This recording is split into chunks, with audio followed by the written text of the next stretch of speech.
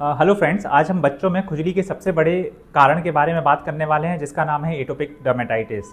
यह एक लंबी चलने वाली, बार बार होने वाली बीमारी है, जिसकी वजह से पेरेंट्स और बच्चे दोनों परेशान हो जाते हैं।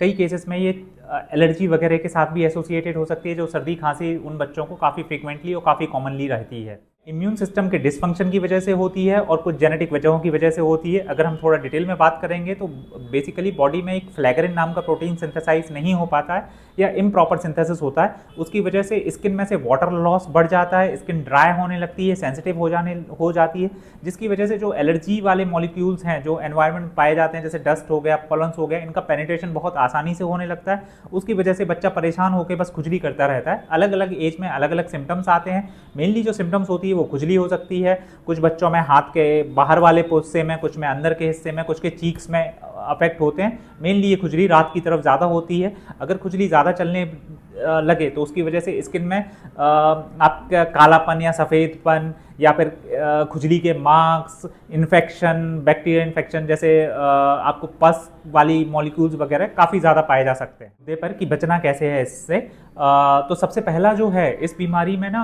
स्किन ड्राई होने लगती है कुछ प्रोटीन डेफिशिएंसी की वजह से। तो सब मॉइस्चराइज़र का सबसे इम्पॉर्टेंट रोल है इसमें। आपको मॉइस्चराइजर्स के जो एप्लीकेशंस है वो बार बार करना है, दिन में 3 से 4 बार मिनिमम।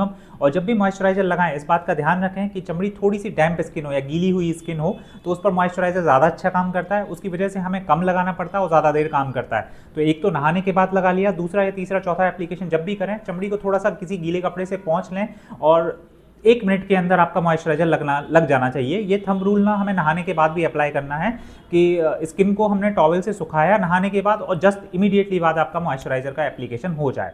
नंबर 2 है, उन बच्चों के ना नाखून छोटे रखें। नाखून छोटे रहने की वजह से वो ज़्यादा डैमेज नहीं कर पाएंगे, उसकी वजह से उनको इरिटेशन वगैरह कम होगी, क्योंकि खुजली को और ज़्यादा जन्म देती है। तीसरा जो है वो गुनगुने पानी का इस्तेमाल करें। पानी बहुत ज़्यादा ठंडा या बहुत ज़्यादा गर्म नहीं होना चाहिए, दोनों ही पानी नुकसान करते हैं। गुनगुना पानी जो सबसे आइडियल टेम्परेचर है वो बॉडी का टेम्परेचर होता है, तो उसी टेम्परेचर के पानी से नहाना है। ठंडा और गर्म दोनों ही पानी बॉडी के जो मॉइस्चर है उसको हटा देते हैं, स्किन बहुत ज़्यादा ड्राइनेस होने लगती है। कॉटन के कपड़ों के इस्तेमाल के अलावा कोई भी कपड़े का इस्तेमाल नहीं करना है। वूलन कपड़े बिल्कुल खास तौर पे ध्यान से इस्तेमाल करने से बचें। अगर फिर भी इस्तेमाल कर रहे हैं तो उनको पहले एक कॉटन पहनाएं, उसके ऊपर फिर आप वूलन पहनाएं।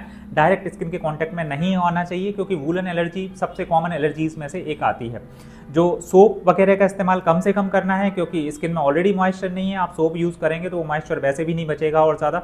अगर आप करना ही चाहते हैं तो सिंडेड सोप आती हैं, जिसका नाम है सिंथेटिक डिटर्जेंट। ये इसका पीएच और स्किन का पीएच ऑलमोस्ट सेम होता है, तो हमारी स्किन के लिए उतना ज़्यादा डैमेजिंग नहीं होती है। नेचुरल में आप चाहें तो कोकोनट ऑयल यूज़ कर सकते हैं नहाने के बाद, वो आपको हेल्पफुल रहेगा। एक और चीज़, जैसे गर्मियों के दिनों में एसी को अवॉइड करें। एसी की वजह से वहाँ पे एनवायरनमेंट में नमी नहीं बचती है। ऐसे बच्चों में कूलर प्रेफरेबल होता है, क्योंकि कूलर कहीं ना कहीं थोड़ा बहुत पानी मारता रहता है, तो उससे बच्चों की स्किन मॉइस्ट बनी रहती है। ऐसे बच्चों में ना अक्सर बहुत ज़्यादा गर्मी, बहुत ज़्यादा ठंड दोनों ही नुकसानदायक होती हैं, या दोनों में खुजली बहुत बढ़ने लगती है। तो एक्सट्रीम्स ऑफ टेम्परेचर से उसको बचा के रखना है हमको। इंडोर पॉल्यूशन से बचें। आजकल जो काफ़ी ज़्यादा AQI हाई हो रहा है, इसमें डस्ट आपकी उड़ती रहती है, उसकी वजह से भी होता है। तो अगर आप अफोर्डेबल हैं और तो डेफिनेटली एक अच्छा एयर प्यूरीफायर का यूज़ करें। ये पॉलन्स वगैरह को कम करके उसके इरिटेंट को हेल्प करेगा। डस्ट माइट वगैरह हैं जो उनको अपने जो बेडशीट्स वगैरह हैं उनको रेगुलरली धोएं, बाहर धूप में सुखाने डालें, जिनसे वो माइट्स हैं वो ख़त्म हो सके। घर में परफ्यूम्स का इस्तेमाल नहीं करना है। अगर कारपेट वगैरह बिछे हों तो उन्हें भी आप अलग करें। ये चीज़ें बच्चे के लिए बहुत हेल्पफुल रहेंगी और आपको दवाइयों से दूर रहना पड़ेगा। कम से कम दवाइयाँ उनके केस में यूज़ होंगी। Thank you.